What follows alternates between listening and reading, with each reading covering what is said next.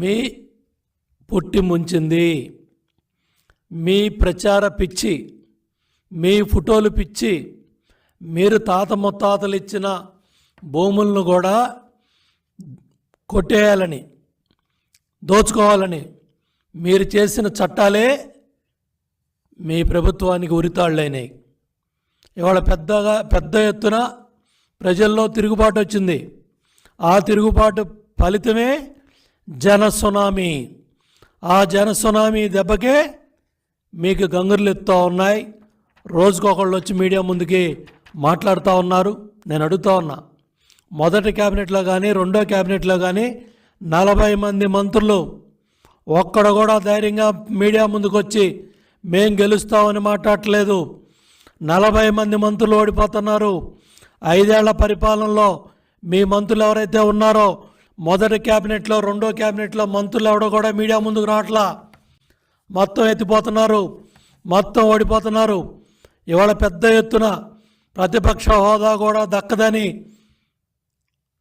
Media ఘోషిస్తూ ఉంటే, సర్వేలు ఘోషిస్తూ ఉంటే, ఇవాళ సజ్జలు వచ్చి ఏ కార్యకర్తను నమ్మిద్దామని, ఏ నాయకుడిని నమ్మిద్దామని నువ్వు మళ్ళీ బురజల్లే కార్యక్రమాలు చేస్తున్నావు? సిగ్గుందా అని అడుగుతున్నా. అపధర్మ ముఖ్యమంత్రి మీరు, 5 ఏళ్ళు ప్రభుత్వం పరిపాలన చేసింది మీరు, చీఫ్ సెక్రటరీ మీరు పెట్టుకున్న వ్యక్తే, మీకు అనుసరణలోనే వ్యవస్థలన్నీ నడుస్తున్నాయి. ఇవాళ చీఫ్ సెక్రటరీయే మొత్తం పోలింగ్ స్టాఫ్ దగ్గర నుంచి ఎక్కడెక్కడ ఏ అధికారం ఉండాలో రాజేంద్రనాథ్ డీజీపీగా ఉన్నప్పుడే నియామకాలన్నీ జరిగాయి. ఇవాళ ఈసీ మీద బురజల్లాలనో, తెలుగుదేశం పార్టీ మీద బురజల్లాలనో, ఎన్డీఏ కాటు మీద బురజల్లాలనో, కేంద్రం మీద బురజల్లాలనో ఇవాళ సజ్జల ఎత్తిపోయే మాటలు మాట్లాడుతూ ఉన్నాడు. భయం కళ్ళల్లో కనపడతా ఉంది, పిరిగితనం కళ్ళల్లో కనపడతా ఉంది.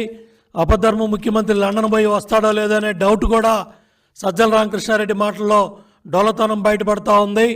ఎందుకంటే సజ్జల భార్గవరెడ్డి ఎలక్షన్ అయిన 24 గంటల్లో జెండా ఎత్తేసాడు. మొత్తం సోషల్ మీడియా వైసీపీ దుకాణం బంద్ అయిపోయింది, కేల్కతం అయిపోయింది. మొత్తం దుకాణం సర్దేశారు. మొత్తం సజ్జల భార్గవరెడ్డి జెండా ఎత్తేసి హైదరాబాద్ వెళ్ళిపోయాడు, పక్క రాష్ట్రాలకు వెళ్ళిపోయాడు. ఇవాళ నీ కొడుకే జెండా ఎత్తేసి వెళ్ళిపోతే నిన్న కార్యకర్తల నాయకులు కన్నీళ్లు తొడటానికి, వాళ్ళని ఓదార్చడానికి నిన్న జగన్ రెడ్డి మాటల్లో కాన్ఫిడెన్స్ కార్యకర్తలకి నాయకులు దక్కపోయేపాటికి మళ్ళీ ఉదయం సజ్జల రామకృష్ణారెడ్డి వచ్చి మీడియా ముందు మళ్ళీ అసత్యాలు అబద్ధాలు ప్రచారం చేస్తూ ఉన్నాడు.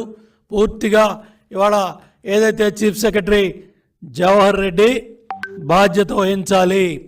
ఈ అల్లర్లకు కానీ ఈ జరిగిన కార్యక్రమాలన్నీ కూడా ఏదైతే కీలకమైన స్థానాల్లో బాధ్యత గల అధికారులని పెట్టకపోవటం, తాడేపల్లి ప్యాలెస్ నుంచి ఈరోజుకి కూడా అక్కడ ధనంజయ రెడ్డి కావచ్చు, సజ్జల రామకృష్ణారెడ్డి కావచ్చు, రఘురామరెడ్డి కావచ్చు, ఎవరైతే అధికారులు ఉన్నారో వీళ్ళందరి కనుసన్నల్లో ఈ కార్యక్రమాలు జరుగుతున్నాయి.